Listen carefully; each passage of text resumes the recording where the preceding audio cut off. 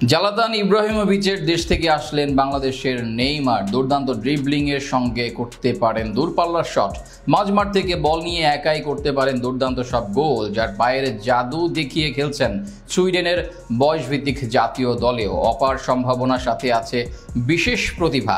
European স্টাইলে খেলা এই ফুটবলার এখন হতে যাচ্ছেন বাংলাদেশের জাতীয় দলে আসতে যাওয়া এই নতুন নেইমার সম্পর্কে আরও জানব রিপোর্টে।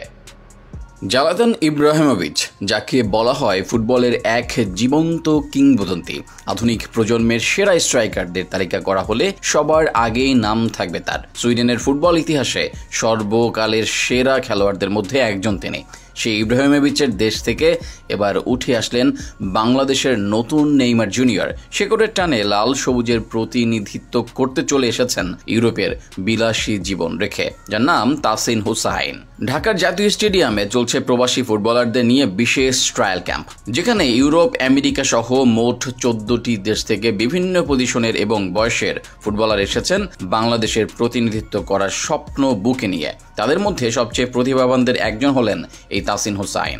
গত মার্চে লাল সবুজের জার্সি পরে অভিষেক হয় হামজা চৌধুরীর। ইংলিশ প্রিমিয়ার লিগে খেলা এই ফুটবলার এখন অনেক বাঙালি তরুণদের আইডল। তাই তার দেখা দেখি অনেক বংশোদ্ভূত তারকারা ছুটে আসছেন শেকড়ের টানে মাতৃভূমিকে প্রতিনিধিত্ব করতে। তাদের দেখা দেখি সুইডেন থেকে এসেছেন তাসিন হুসাইন। এই তরুণ ইতিমধ্যে খেলেছেন দেশটির অনূর্ধ্ব 15 ন্যাশনাল টিমে, আছেন জাতীয় দলের পাইপলাইনেও, প্র্যাকটিস করেন সুইডেনের একটি নামকরা একাডেমিতে। দেশটির প্রতিভাবান ফুটবলারদের মধ্যে সম্মুখ সারিতে আছে তাসিনের নাম। সুইডেন এমন একটি দেশ যারা কিনা প্রতিবার ইউরো এবং বিশ্বকাপে থাকে। হয়তো সময় নিলে একদিন তাদের জাতীয় দলেও খেলতে পারবেন তাসিন, কিন্তু না, সেসব কিছু রেখে দেশমাতৃকার টানে ছুটে এসেছেন বঙ্গপাড়ে।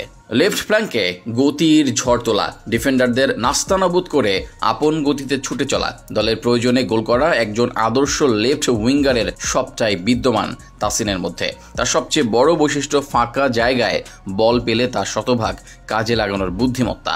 এছাড়া নেইমারের মতো আছে কিছু স্বতন্ত্র স্কিল যা বাংলাদেশি ফুটবলারদের মধ্যে খুবই বিরল। কখনো 4-5 জনকে বোকা বানিয়ে বল নিয়ে ঢুকে পড়েন প্রতিপক্ষের রক্ষণ ভাগে। আবার দেখা যায় দূরপাল্লার পাশে বল বাড়িয়ে দেন সতীর্থ নাম্বার 9-এর কাছে। এমন একজন তারকা স্ট্রাইকার পেলে নিশ্চিতভাবে অনেকখানি এগিয়ে যাবে বাংলাদেশ ফুটবল দল। তবে এখনই তাকে জাতীয় দলে ঢোকাবে না বাফুফে। ট্রায়ালে টিকে গেলে প্রথমত তাকে নেওয়া হতে পারে অনূর্ধ্ব 18 বা 19 দলে, তারপর পর্যায়ক্রমে ডাকা হবে হামজা সমিতদের সাথে খেলার জন্য।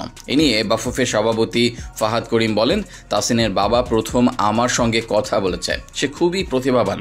তাসিন অবশ্যই আমাদের ভবিষ্যৎ প্ল্যানে আছে। তাসিনের মতো ট্যালেন্টদের নিজ উদ্যোগে দেশে ফিরে আসার ঘটনা আমাদেরকে নতুন করে বাঁচার স্বপ্ন দেখায়। মন খুলে বলতে ইচ্ছা হয়, হামজা সমিত জামালদের প্রাণের ছোঁয়ায় নতুন এক ফাগুন আসুক বাংলার ফুটবলে। তাসিন ছাড়াও এবারকার ট্রায়ালে ইউরোপ থেকে এসেছেন আরও বেশ কিছু তরুণ প্রতিভাবান ফুটবলার।